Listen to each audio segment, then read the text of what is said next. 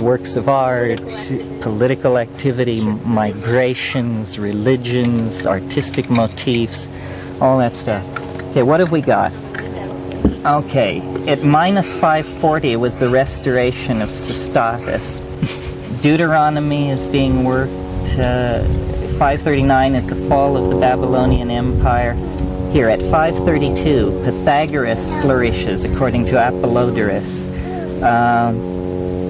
And in that same period, all these other things were happening. C is the continue function and gives you more data.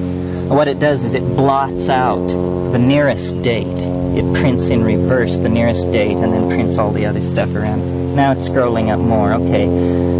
Pythagoras, Persian conquest of Egypt, birth of Aeschylus, Buddha, Lao Tzu, Ezekiel will scroll up next, and so forth. So it is, or is it, confirming that this deep trough is in fact reflective of an incident of novelty. Now if we hit to quit, we just go back to the beginning and we can look at something else. Not rub zero, run zero. Although rubbing zero might be more interesting. Okay, and again the default date. And what I want to show you now is the waves version of the 20th century, essentially. Let's just start with, let's enter the Hiroshima date, which is the 5th day of the 8th month of 1945. And let's look at this situation on the 200-year level. I promise you this will end at 3 o'clock. Yeah, really. And yeah, I don't know, where's the sun coming from? Is that better? Almost. Yeah? Sun coming from up there. Oh, just put your shadow on it. That's really good. Is that good? Yeah. Okay. Now, the entirety of time from 1945, in other words, the 67-year period in which all of the historical themes will be recapitulated, is contained in this center section. And as you see, it's almost a flat line. All that's there is like a tiny pimple. All that lies between us and this completion that we are so hot for is portrayed at this scale as just the tiniest energy barrier. That's why I think we can feel it so eminently. But remember that because the wave is fractal, also lying that this is the same picture if we think of this as the 4,306 years preceding the apocalypse, or preceding the whatchamacallit. So all of that time period since 2300 BC has been imbued with this sense of the immanence of the transcendence and of the transcendent, and that is what has given this period of time its peculiar character. The bomb is right there. The top of the pimple is early January 1967. And that is where, if you will recall what was going on at that time, that's where the concatenation of the struggle of the opposites reached its most intense point. That's when LSD was a mass phenomenon, when the hippie phenomenon, it was in the quintessence of the 60s, is spring, summer 1967. That's the summer of love. 12 months later, we were in the streets fighting the police and so forth. So it was a brief moment. We have now come down off that high point, and we're moving along now a kind of crenellated surface where there are many dips and many rises, but the sum total of what's happening is that we're oscillating around a mean. And I certainly, that for me describes the 1970s.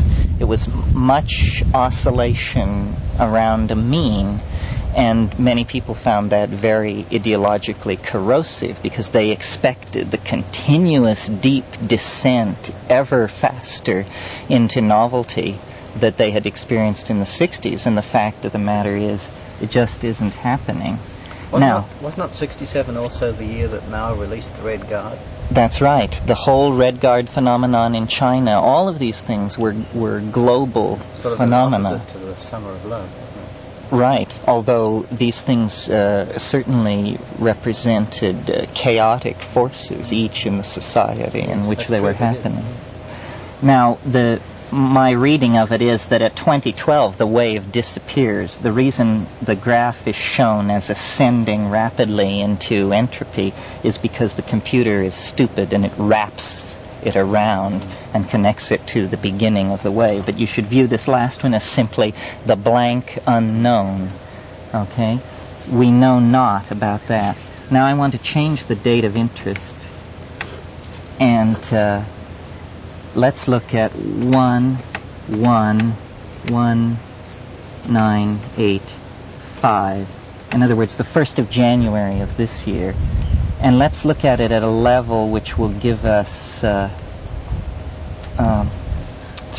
approximately 3 years on the screen. I say approximately because what is really being given on the screen are harmonic resonant increments of the other calendrical system that I outlined, the one that uses the 384-day year, not the 365 and a quarter day year. So what we're really seeing is 3 of these lunar years, these 13-month lunar years on the screen. So we'll see this will be 84 into 85 here. It will pass into the future approximately mid-screen. Oh yeah, I remember this. This is, here is the campaign, here is the election, here is the inauguration, and here are we. Well, if you we are down on, we are in a deeper, more novel situation. This definitely was a long period in which everything was held in stasis, and then the party of the right gained ascendancy, at least on this continent, and you see this happening. Now let's see, this line here at 228 is 16/7, the 16th of July 1985 is right there. So we are in this small period here coming down off this peak. I can get it up in more detail. Let's see. Change the date of interest. Change the date of interest to the present. What is today? The 14th. The 14th day. January, February, March, April of the 4th month. After years of doing this. And I'm going to show it so that we only have 19 days on the screen. So this is like my notion of a preview of the next 6 weeks, or we can just look till we're bored, but Pick a boring.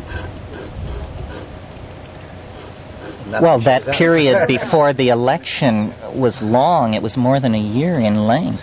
But I mean, in a vast historical span of time, you pick one that doesn't seem to have much novelty. Well, Is, in fact, nothing happened. yes, like, remember how I said we were moving through, that we had just moved through the period of the Dark Ages and the barbarian invasions when learning died out in Europe and they thought that the circumference of a circle was twice its diameter and all this stuff. Well, that is that same plateau, and we are now slightly beyond it, but only at the beginning of the proto-medieval period. I mean, we've reached approximately, I think, AD 800, which is, of course, the coronation of Charlemagne and the inauguration of the Carolingian kingdoms, which really do end the Dark Ages, although where this is happening, I'm not sure. Maybe in Brazil. Oh, now what have we got? Oh, yes, the 10th. I think this is the 10th, 289 or 288.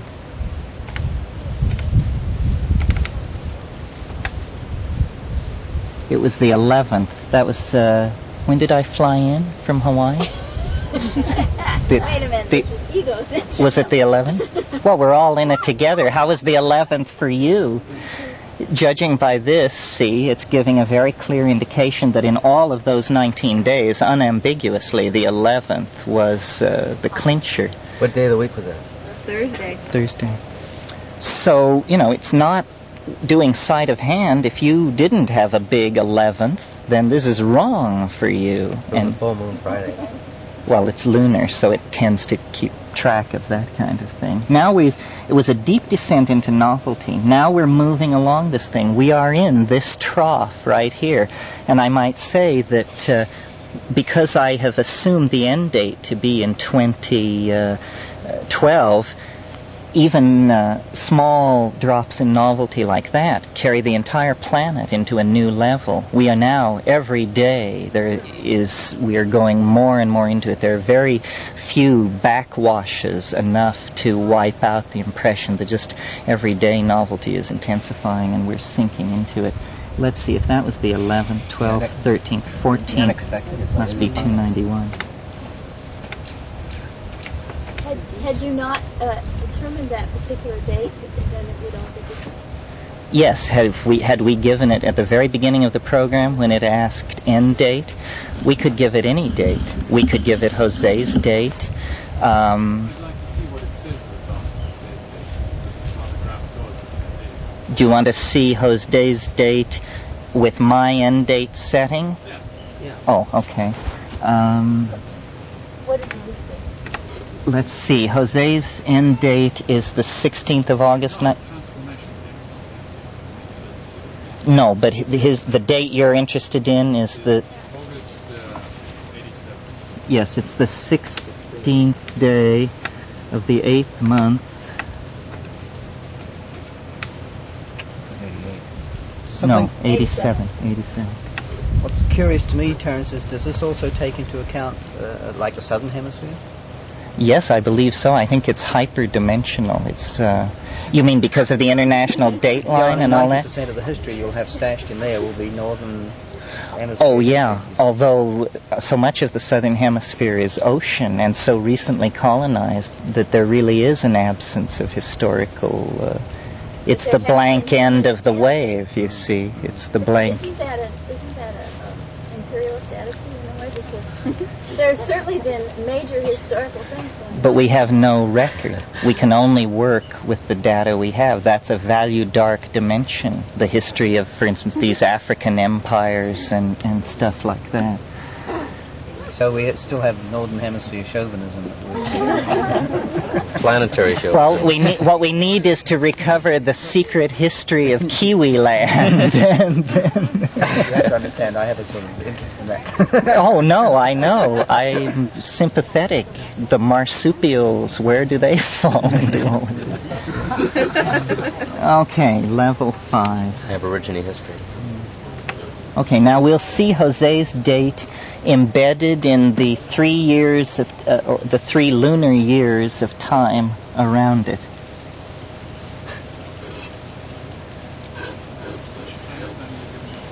There'll be 3 lunar years of 13 months portrayed on the screen. His date will fall somewhere in the 2nd year, as close to the middle as the computer can locate it. Well, this program has both years in here. Okay, now see, this does not support his contention because what we have here is this situation of oscillation around a mean. It goes up, it goes down, it goes up, it goes down. But after 3 years of this, it is in fact exactly where it started out from. Now let's get the dates on this. Which means nothing as far as Jose's theory is concerned. What this screen is saying is that from the 16th of July, 1985, until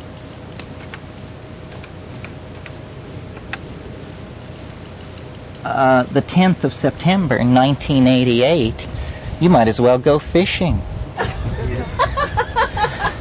Because it all amounts to very little, you see. But what if you use that as your final end date? Yeah, that's what I was thinking. Oh. A more accurate test. If we enter Jose's date as the end date and then look at another date. Okay. Now I think that requires a cue. Let me hear. It's all relative. It's a quarter. Okay, now it asks 0 date.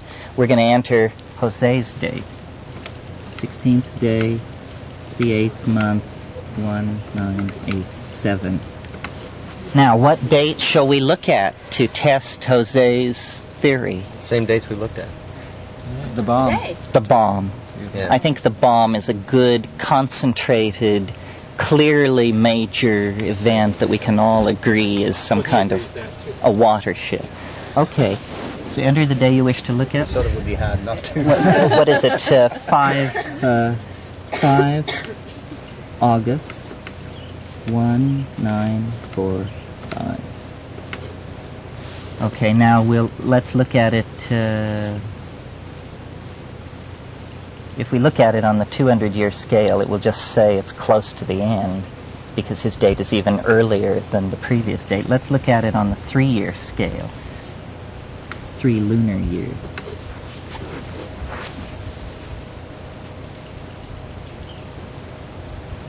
It always tells you are 15,351 days from the end. A nice little touch there.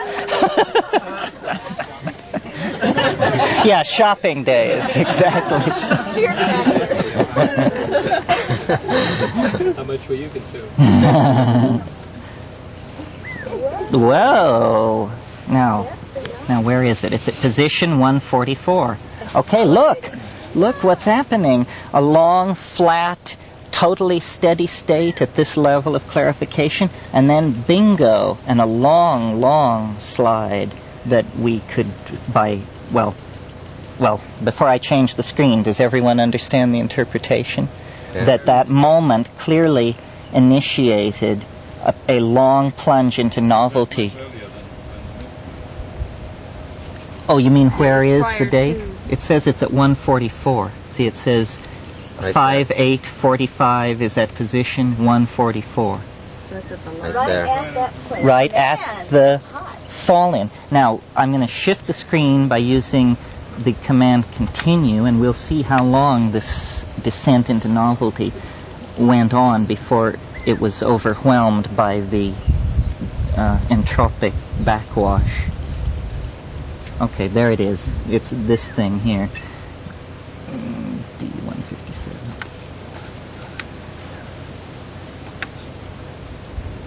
Until early November 1947. Now, my guess would be that's an election day. 6/11/47.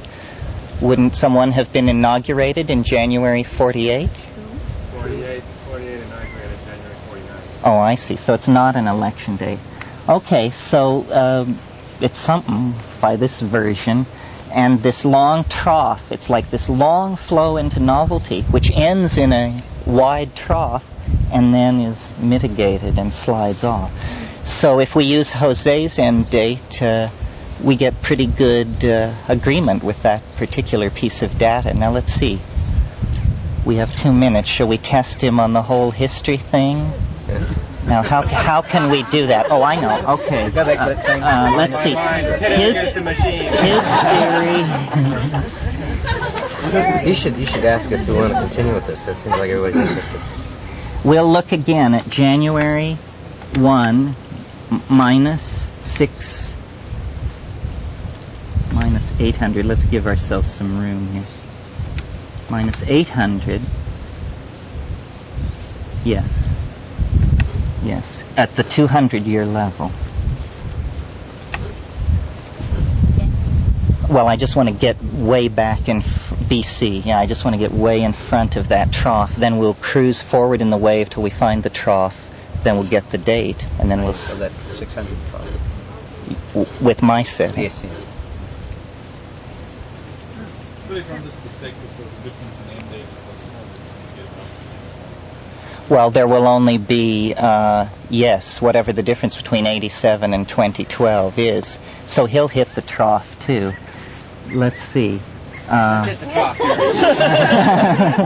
surfing. Sounds like surf is The, up. the continue function pushes it up one shingle, these things are called. Pushes it up one shingle. Where is it? We're looking for the trough. I hope we didn't miss it. What does it look like?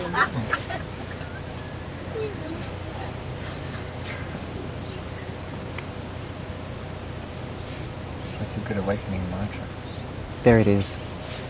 Okay, now by Jose's applying mine to his, here's what it is.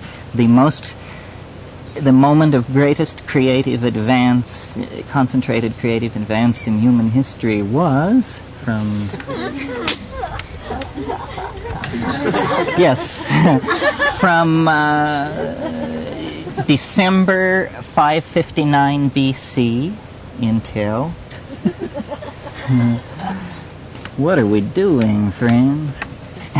December to 547. So what would right in the middle of that be? About 553.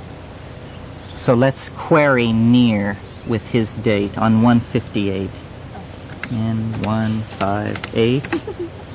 And it goes to the history file.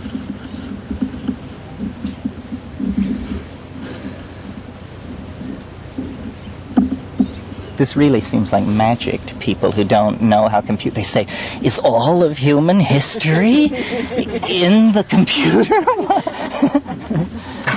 Elective. All we typed in, friends. Is there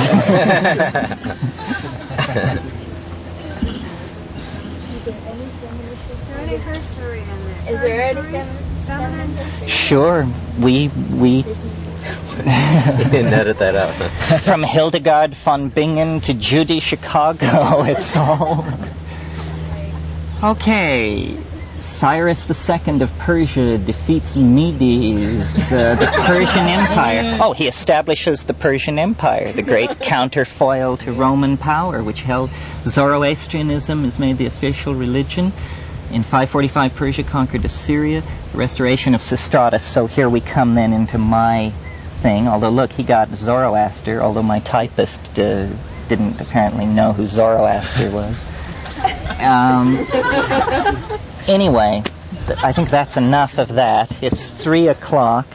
I'll briefly entertain questions. You, I'm sure now, I hope, get more of the gist of some of what was said this morning, because I think the program really makes it accessible to people, and you can spend hours cruising these hills and valleys and dipping into the thing, if that's the kind of thing that interests you. I'm a real bug about history. I think that people who don't know history are amnesic. And that, we would all, there's nothing more important really in all these forms of self-cultivation and development than to read history. It's no cliche that those who don't know it are doomed to repeat it. It's true in individual lives as well. And it's the story of who you are and how you got here. And if you don't know it, it's a kind of a strange lacuna in your knowledge. Are you going to correlate the I Ching with the DNA codons? Well, no, I did that. That's not very interesting to me. It's been done by a number of people, and I had a scheme for doing it, and it just didn't tell me anything. Once I knew what hexagram was lysine and what hexagram was L-alanine, I didn't know enough about lysine and L-alanine to know really what to do with that information.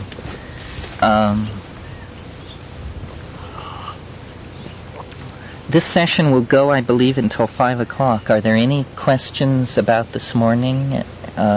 Or does anybody burning to take up any of that again? If not, I'll go on to something related but different.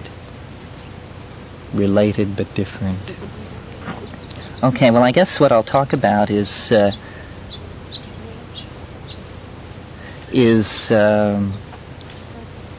just strains of thought that I see present in the world that I think will eventually be seen to flow together and to provide facets of this question: what is the nature of the transformation and what are the factors that go into it? I mean, obviously all fronts of human knowledge are developing at a tremendous rate, but certain strains of thought claim for themselves a kind of primacy. And I know the New Age, whatever that nebulous term means, it has a connotation sometimes of an elite with an answer that is only... all that's holding back the world is the fact that this answer is frustrated in making its appearance. And I don't really hold with that. I think that by and large the New Age is a fairly minor phenomenon. I've said many times it's basically the search for a way to get high without drugs, a way to advance yourself without putting yourself on the line. You know, just anything is better than facing 25 milligrams of psilocybin. And while all these things have merit, they don't seem to have transformative merit, in the sense that the great decade of the New Age thinking, which was the 1970s, is certainly one of the most stagnant decades that we've seen in a long, long time. However, there are strains and things going on, and I sort of wanted to construct a mandala, not very seriously, but a mandala of 4 human concerns that lead to what I will, in my shorthand, call the flying saucer, which is this concrescent, alchemical union of humanness and otherness and humanness and technology that is to come, I think, and inevitable, I think, whether on Jose's scheme or my scheme or some other scheme. I think we all are articulating the inevitability of something.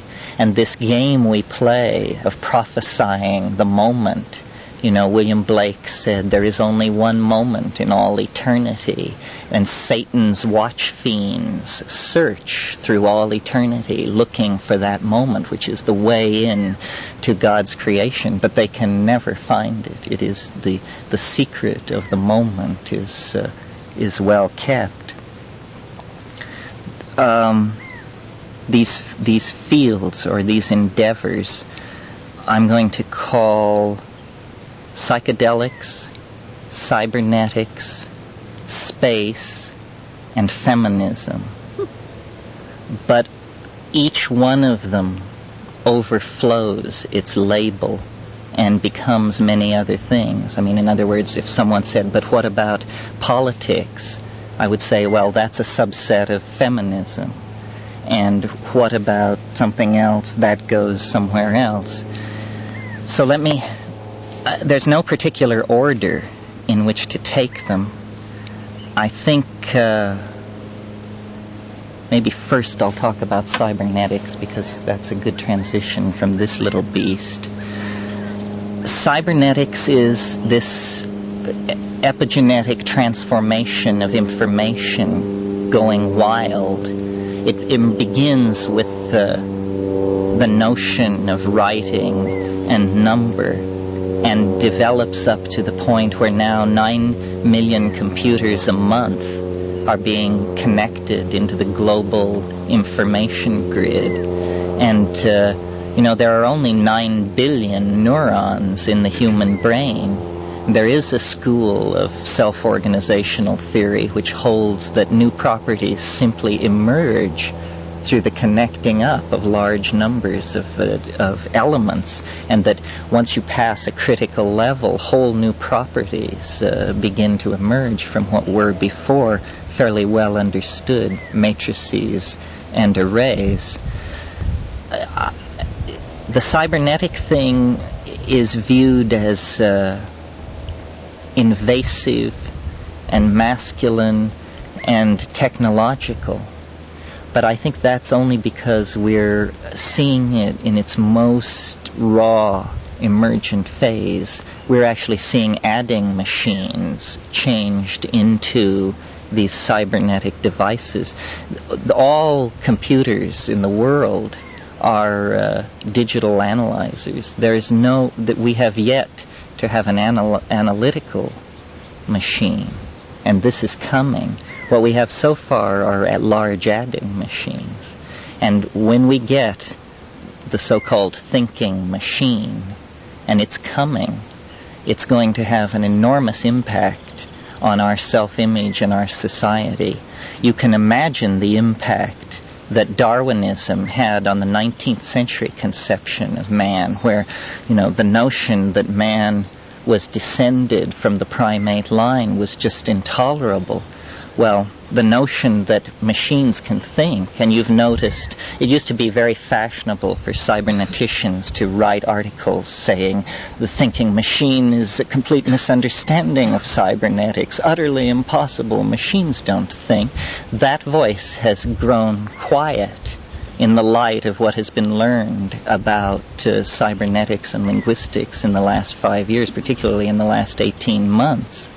And it now seems very reasonable that this goal is within reach, an actual simulacrum of the human mind. And what that will mean is very hard to gauge. I had a mushroom trip recently in which the aphorism arose, to design computers is to be designed by computers. And I saw very clearly that the keyboard is entirely an illusion, a convenience, and that the keyboard could be made to disappear very quickly, and then you would not truly and clearly perceive where the interface stopped. And people who spend hours and hours working on computers admit that this happens, that there's a kind of meshing, and you're actually a part of the circuitry. I think what holds this back from becoming an even more noticeable phenomenon is just our willingness to materialize these cybernetic objects as furniture. But the day is coming, when you will be able to reach the Library of Congress by tapping a certain tooth with your tongue. And that is simply what the masculine engineering mentality is thinking about. Obviously, the feminine matrix which supports these kinds of imaginative constructs exists already. And it's simply that the engineers are catching up to these notions of integrated intuition and field perception and that sort of thing. To me, the computer, not the computer so much as the cybernetic network, is actually a feminizing force. It's like hardwiring the unconscious, so that these oceans of information that beat against the human mind are not abstracted, not contained in libraries, but made ubiquitous throughout consciousness, and actually that we are beginning to create an extragenetic foundation of human understanding, which will always be there in the form of these large data banks. And as we learn to swim in this sea of information, the character of our understanding is going to change radically. We are all confined by ignorance of all sorts, basically ignorance of simply the facts of the matter, leave alone what theories might organize the facts of the matter. The other thing is the human-machine interface is becoming more and more subtle and miniaturized away. And it's possible, to imagine a world where you wander naked through Eden And there appears to be no technology on the planet because the technology is all in a particular grain of sand lying on a particular beach in Madagascar. We'll put it in the southern hemisphere to... But that's where it is now. You're right. The key is to actualize this thing, you know. William Blake said to see, what? Eternity in a grain of sand, and to put it in there if need be, in order for that to happen. So that is cybernetics. The transformation of cybernetics into something really exciting, I think, is going to happen through psychedelics, which is the next of these quadrants of the mandala that I would mention. Psychedelics is totally discounted as a transformative force by the powers that be. It doesn't even rate much of a budgeting in the DEA budget. It's just a dead issue. And yet I believe, perhaps many of you believe, that it is some kind of overlooked factor, almost of the character of a taboo, because it is totally corrosive to all paradigms. It cannot be encompassed. The measure of it cannot be taken. Science is useless because it is a phenomenon of individual experience. And there is no way that science can get a hold on that any more than it can get a hold on falling in love. The problem is falling in love has not yet been shown to be completely dependent on a chemical substance, a material molecule, an atomic arrangement in space and time. And the psychedelic thing is the path to the origins. The transformation that we want to see take place is essentially an Ouroboros transformation, a taking of its tail in its mouth by the snake of time. And this cannot happen unless we're in contact with our origins. This is why I think the shamanic strain of the new age mentality is probably the most enduring, because there is something to be learned from primitive, so-called primitive, pre-literate people who are living in the dream time, who are living in the imagination, and who never saw any need for technological constructs because the constructs of the imagination were so wonderfully satisfying. We glimpse these constructs with psychedelic drugs, and even upon our society, with all of its rationalism and all of its reductionism, they have a tremendous impact which we respond to with prohibition and coercion and propaganda. I don't think that they are static in spite of the importance of shamanism. I don't believe that it has always had the character that it has today, because the psychedelic experience works with the cultural overlay, works with the contents of your mind. I could never have created the theory I created if I had not known about the I Ching and DNA and all of these things. And yet the psychedelic intelligence was able to take that information and whip it together into something which was astonishing even to me, and yet I had been the source of the information. Psychedelics show the relativity of these various mental dimensions and constructs that we inhabit. And to this point, I've been basically speaking of drugs like mescaline, LSD, that sort of thing. Possibly, although it's not really exactly a psychedelic, but it is a synthetic for sure. What I'm more interested in, and I think that Rupert Sheldrake's ideas open up a way to understand the difference, is plant hallucinogens, which have existed in living systems for millions, in some cases hundreds of millions of years, and have been taken by human societies for untold millennia. When a person takes a drug, the drug takes the person. And so a drug like psilocybin that has been used for thousands and thousands of years has a tremendous morphogenetic field about it, garnered from the experiences of all the people who have taken it, that have flowed into it. These things point the way toward engineering states of mind that we can hardly imagine. The interesting drugs to me are the ones which occur in plants, have a history of shamanic usage, and mimic brain chemistry in some way.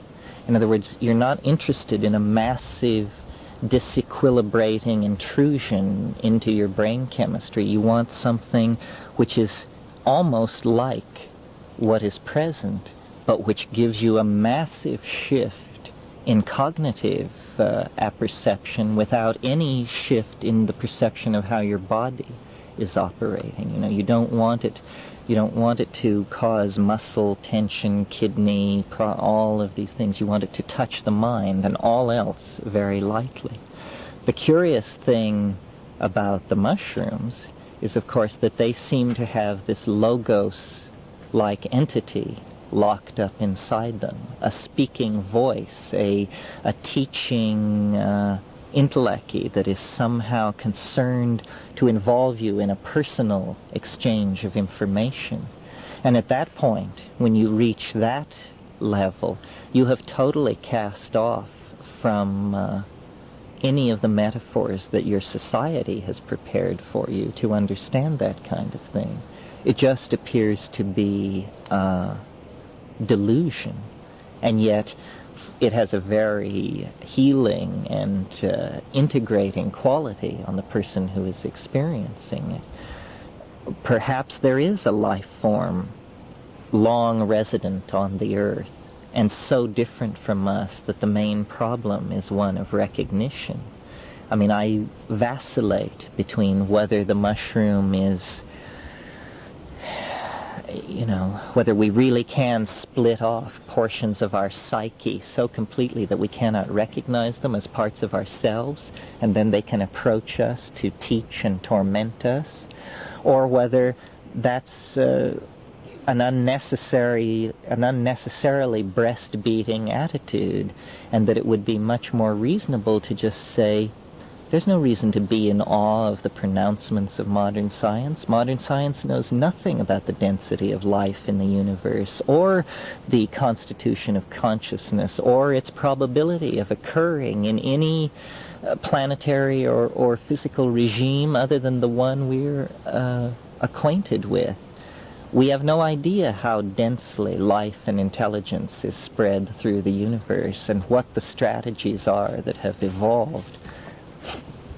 What I said this morning about taking control of the human form by the act of understanding DNA, which got a ripple from people, I'm sure that this is inevitable, and I'm sure it is inevitable for every species which passes through that narrow neck, because knowledge is used and applied. I mean, there may be Zen-like cultures that find out these things and turn and move away from them.